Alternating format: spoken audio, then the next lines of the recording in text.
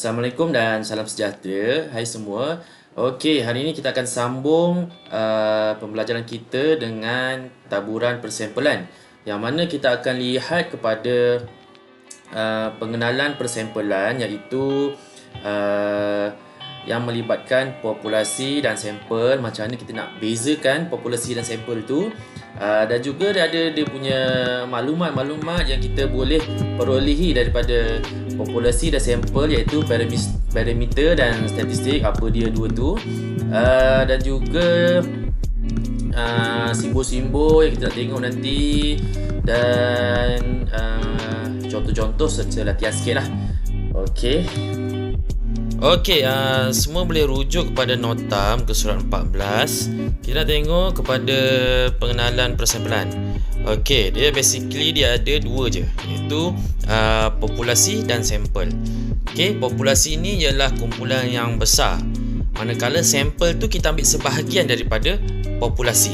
Itulah nama dia persempelan. Kita ambil sikit untuk kita jadikan sampel dan kita kaji, dan juga kita dapatkan data. Okey, nampak ni, kita tengok nota dia di situ. Populasi ialah keseluruhan. Okey, manakala dan juga dia ialah semua dia besar, kumpulan besar. Manakala sampel ni ialah kumpulan yang kecil sahaja daripada populasi. Kalau kita tengok rajah ni, awak semua boleh lihat sampel ni sebahagian daripada populasi. Dia duduk dalam populasi.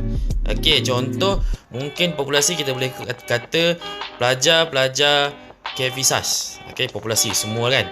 Manakala kalau kita nak ambil sampel, kita ambil sebahagian daripada semua pelajar KVSAS tu, dia boleh jadi contoh pelajar lelaki sahaja kita nak ambil sebagai sampel, ataupun pelajar perempuan sahaja, ataupun kita boleh ambil ikut kelas pelajar ETE tahun 2 sahaja. Okey, seterusnya kita nak tengok berkenaan dengan parameter dan statistik. Okey, awak boleh lihat di situ parameter ialah maklumat yang diperolehi daripada populasi. Tu parameter.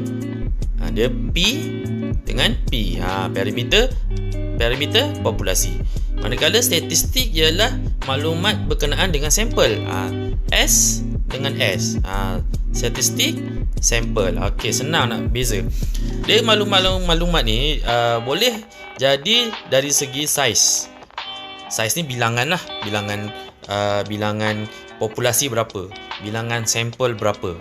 Okey, boleh dari segi mean ataupun purata. Kan? Purata berat populasi berapa, purata berat sampel berapa.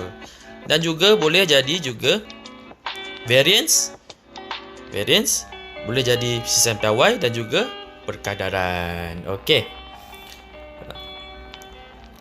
Kemudian kita tengok contoh lah ya. Contoh dalam satu kajian kes mengenai ketinggian 50 daripada 1,200 orang pelajar dipilih secara lawak.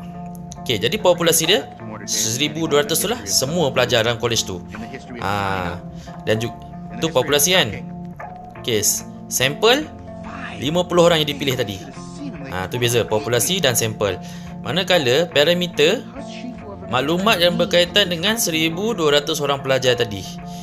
Statistik maklumat berkenaan dengan 50 orang pelajar tadi. Kita boleh ambil sebenarnya di sini kita dah ada maklumat sebenarnya, iaitu bilangan dah dari segi saiz. Ya, N sama dengan 1,200. Yang ni N sama dengan 50. Tengok simbol dia beza tu ya. Kalau kita tengok tadi, simbol bagi parameter berbeza dengan simbol bagi statistik. Kalau saiz N besar untuk parameter ataupun untuk populasi, N kecil untuk sampel. Okey, untuk seterusnya kita tengok pada contoh 2, yang mana di sini ditulis pelajar-pelajar tahun 4 KV di Malaysia. Okey. Kenal pasti populasi dan juga contoh sampel. Okey. Populasi kita boleh letak situ yang kumpulan yang besar lah, iaitu pelajar KV di Malaysia. Okey, manakala untuk sampelnya yang lebih spesifik, iaitu pelajar tahun 4 sahaja. Pelajar tahun 4 kV di Malaysia lah. Okey, harap boleh faham lah tulisan saya tu. Okey, seterusnya kita nak tengok contoh 3 yang mana seorang pengkaji ingin menganggar sisian piawai. Okey, beliau berjaya menangkap 150 ikan. Okey, daripada sebuah kolam tu lah.